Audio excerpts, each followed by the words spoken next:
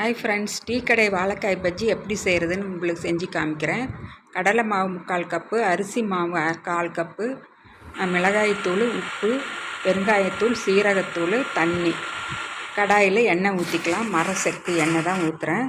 இப்போ வாழைக்காயை மேல் தோலை மட்டும் மேலோடு சீவிக்கலாம். இப்போ இது மாதிரி வாழைக்காய் சீவல் இருந்தால் அப்படியே முழு வாழைக்காயை அப்படியே சீவி எடுத்துக்கலாம். இந்த மாதிரி கரெக்டாக மெல்லிசாக வரும். அப்புறம் 3/4 கப்பு கடலை மாவு, 1/4 கப்பு அரிசி மாவு, ரெட் சில்லி பவுடர், உப்பு, சீரகத்தூள், பெருங்காயத்தூள் எல்லாம் போட்டு தண்ணி கொஞ்சம் கொஞ்சமாக ஊற்றி நீங்கள் கலந்து பாருங்கள். இந்த மாதிரி இட்லி மாவு பதத்துக்கு கலந்துக்குங்க.